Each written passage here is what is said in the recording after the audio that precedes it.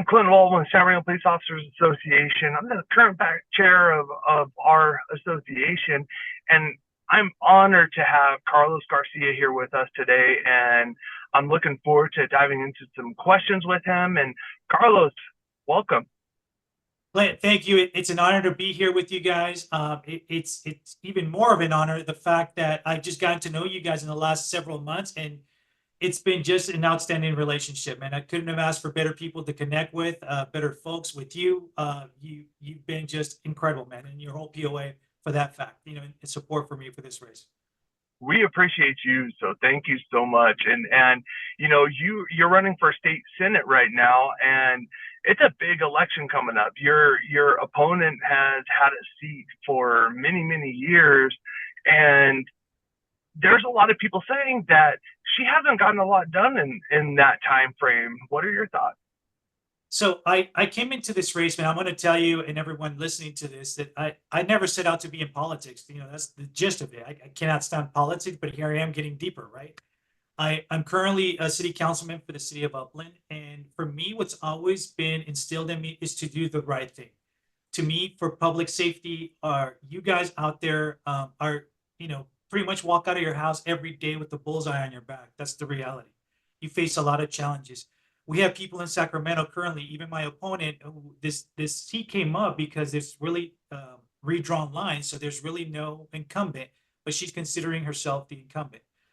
The difference is that I'm coming out here to do what's right for what has already been a damage done in the last decade, let's just say.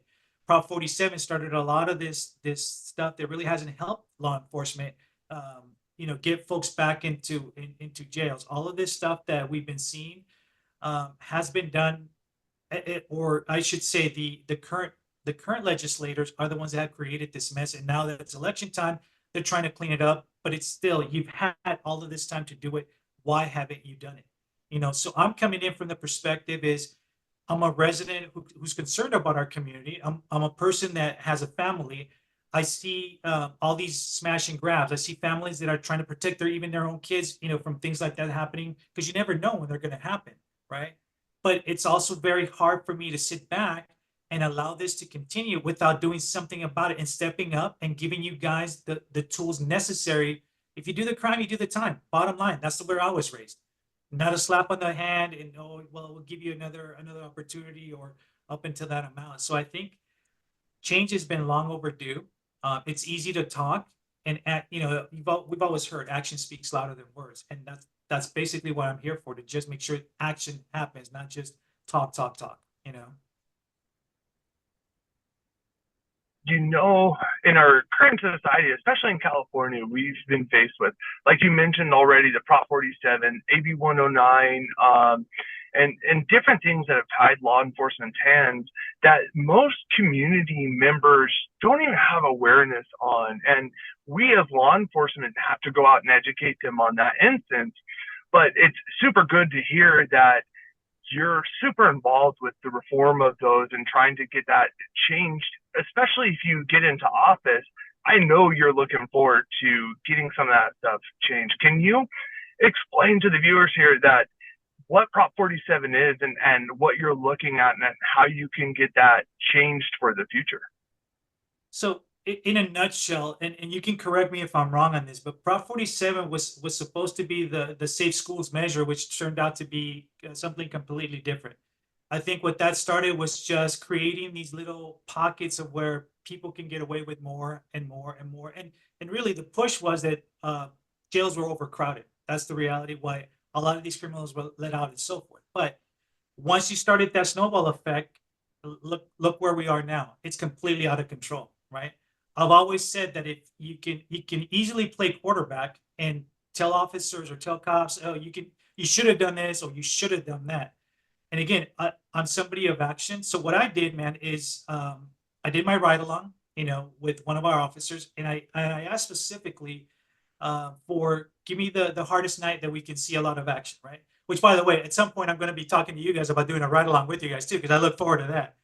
But my whole point to that was that, once I came back, I actually put this out in the community. It's easy to sit back. It's easy to point fingers. You could have done this. You could have done that. but it takes a lot when you're out there in split seconds. I also took it a step further and did the Citizens Academy for our police department as well too. And that's what I'm encouraging folks to do. It's a whole, it's a game changer. So people realize, no, it's not what you hear on the news. It's not what you see on TV. When you, and we did the simulator on that, and that split second decision that you guys have to go through. It's, I don't care how much of a quarterback you think you are, unless you're in that situation, you can't judge. That's the bottom line. And I think what this whole point of it is to make sure that people are involved. People get to know their police department and not just assume because you heard that this other state has, something with this officer did that. Not everybody's created equal, right? And what a lot of folks don't know is you guys do a lot for the community, man. It's not just about catching bad guys. You guys help people that are in distress, homeless folks. You guys help place them. You guys offer resources. So there's that other side that people don't see, not just that harsh, going after criminals. There is and I don't want to say a soft side, because you guys are also awesome. You know what I mean? But it's more that engagement with the community, really caring for people, and is why you guys do that. And I think also with Prop 36, that's going to be the amendment to Prop 47. It's going to give back additional resources that you guys have been taken away from. It's going to handle a lot of the mental stress for people, give them the options, get help or do the time. It's gonna give back doing some jail time for folks it's long overdue. That's the reality of it. Unfortunately, the current legislation has allowed all of this to happen, and we're in this mess because of the mess they created. So now I think it's a little too late to try to fix something just because it's an election, because then it'll go back to the same thing. So, and that's what's amazing about you, Carlos, and I appreciate you. And there's not only for law enforcement, but I know you've spoken with and you've worked with a lot of veterans within our communities as well. It's something near and dear to our hearts of our soldiers overseas fighting for our freedoms and doing this over our entire history of the United States, to where they don't have all the resources they necessarily need too. And it's one of those things to see the work that you've been putting in to try to start obtaining those resources for them. What can you just explain to the audience what you're looking to start changing for that aspect as well? Yeah, absolutely. My drive for our soldiers, man. I came here as a kid, as an immigrant from Nicaragua and Central America. I lived through the war for 2.5 years as a kid.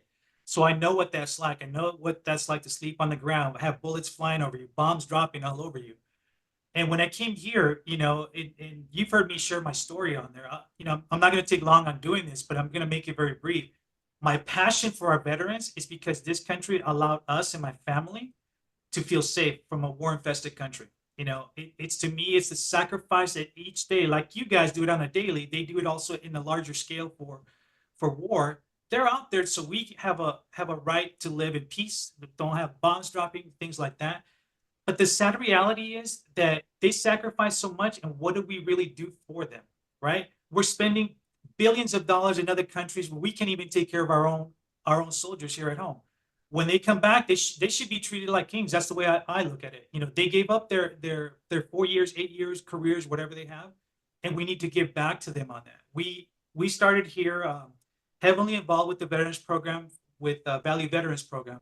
And the reason I started with them was that's the only organization that I found where the CEO was actually doing this out of her own pocket, because most of her family is military. And to me, that says a lot. I sat in roundtables with one of our Congress members, and one of the things that really bugs me, and I want to take it to the next level, is accountability, right? We have a lot of nonprofits. A lot of them are great, but there's also, let's face it, man, reality is there's a lot of them just for the money, right? And when it comes to veterans, for me, it has to be a high priority.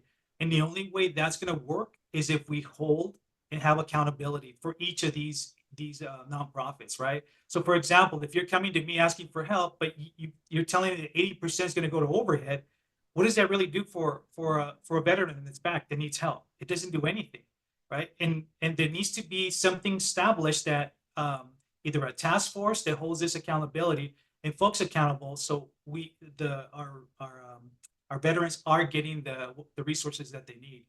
So What I want to do in Senate is actually create this task force, create this accountability. So we know we brought in our business community that would help out with our veterans. Like in some cases, some restaurants were giving 40% off our vets. Some of our barbers were doing free haircuts for interviews and all of that.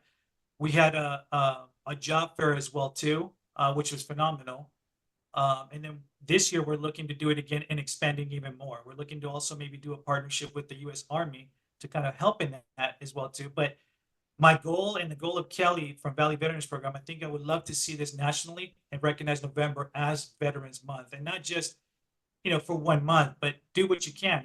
I've taught my son to make sure you thank a veteran when you see them out there, because the reality is we wouldn't be here if it wasn't for them, and I want to make sure that when I get into the Senate seat, I want to meet with the organizations quarterly or however it is. I'm not one that's going to be give me a report and I'll read about it. I want to hear from you guys directly. You guys are there in the trenches every single day. So you telling me directly what's going on, it's a lot different than me reading some report and getting somebody's perspective on how they're writing it and so forth. So that to me is very important, staying connected.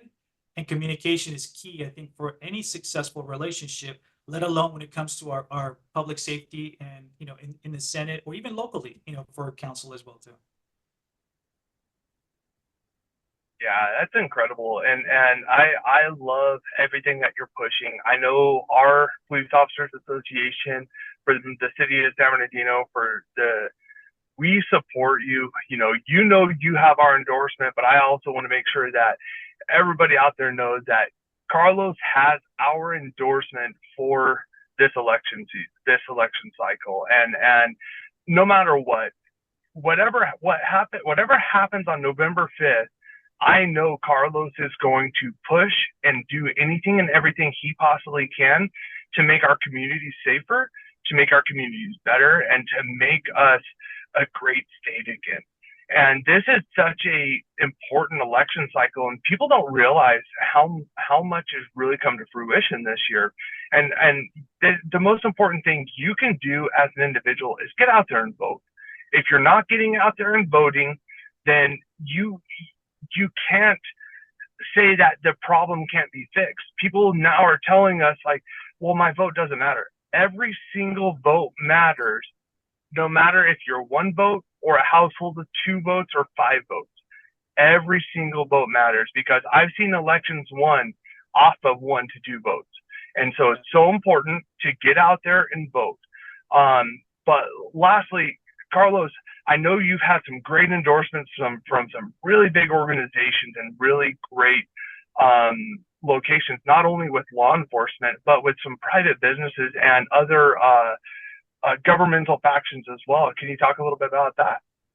Yeah, I'm very fortunate, man. You guys are one of the very first ones to endorse me. In that conversation with you, like you said, everything matters, right? Everything is for a reason. And I'm the guy I've been at supporting public safety even before I ever even thought of running for council. I'm that mouthpiece, and I've always told officers, I'm that mouthpiece that's going to talk for you guys and advocate for you guys, whether I'm in politics or not. Whatever happens November 5th, it doesn't matter to me, because I'm going to continue being that voice. And then one of the key things that I appreciate that's come out of this whole race is the ability to connect with people like you, organizations like you guys, because you guys are the real deal. You guys are the ones that are out there every day. The endorsements have come, and I'm running as the public safety candidate. I'm the only guy that can actually claim that, not my opponent. And that being said, is that I have all of San Bernardino police chiefs, Sheriff Dicus, even Sheriff Bianco has endorsed me. All of our POA, San Bernardino POA, like you said, were one of the very first ones that reached out. We had a great conversation, and I'm very fortunate. I'm very blessed that I never knew this support was out there, and just recently I have the entire Republican senators here in California, have all of them endorse me as well too. So again, it's like you said, we need to get out there and vote. You can't complain about things if you're not willing to make that change. It's the reason why I'm running, because I am not going to sit back and allow things to happen and not get involved. This is how we make change, right? And for me, the other thing that I want to clarify is, the first question that I always get asked, well, are you Republican or Democrat? I'm a registered Republican. You're hearing me say this, but to me, that doesn't matter. I'm here to represent everybody. It doesn't matter what party you're at. I don't ask, hey, are you a Democrat? Because if not, I'm not going to talk to you. But unfortunately, that divisiveness has been created, and it's time to change it. It's time to bring everybody together.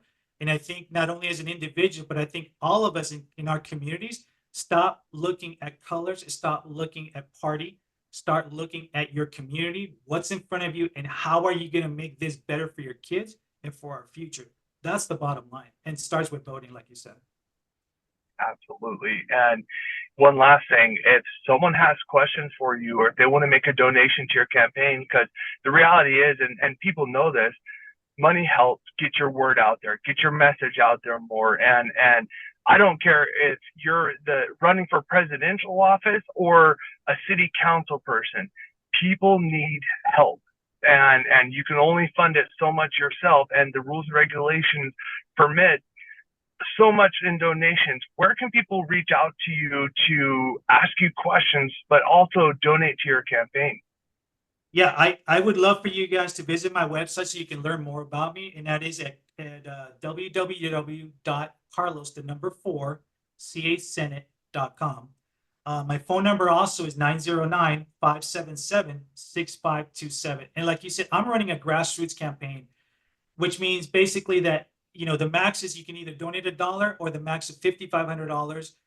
$1 will go a long way if you want to see change, And so I'm asking, as you're listening to this, we do need support. We need to get the message out there. More importantly, if you're listening to this, talk to 10 of your friends. Let them know what I'm about. Call me. I will do a meet and greet. We'll do coffee together, whatever it takes for you to learn more about what's going on and how we're going to change this together. I'm not running this for myself. I'm running this for all of us. This is a community effort, not just a one individual effort. So we can finally see the change that we need to happen, especially here in District 29, which basically I'm going to tell you the cities that it covers. So if you're listening and don't know what District 29 is, it is Upland, it is Rancho, Fontana, Rialto, Fulton, Redlands, San Bernardino, parts of Highland, Bloomington, Muscoy, a sliver of Grand Terrace. So it's quite a big district. So if you're in any of these districts or family, friends, spread the word. Let's have a conversation. Let's make change happen now. Absolutely. And I really appreciate you hopping on with us today. And if I encourage you listening to this and watching this right now, get out and vote. This is how we're going to start making an impact in our state, in our country. You have to get your voice heard, because if your voice isn't heard, then you don't have a say. That's the reality, unfortunately. You'll always have a say, but the reality is you need to get your voice heard, not only on social media, not only in when things are negative. You need to make it heard about what you want as a community, and to hold our politicians accountable for making our state, the wonderful state of California, great again. Yeah, absolutely. So thank you again, Carlos. It's been an honor. I appreciate you, brother, and we're going to talk soon. Yeah.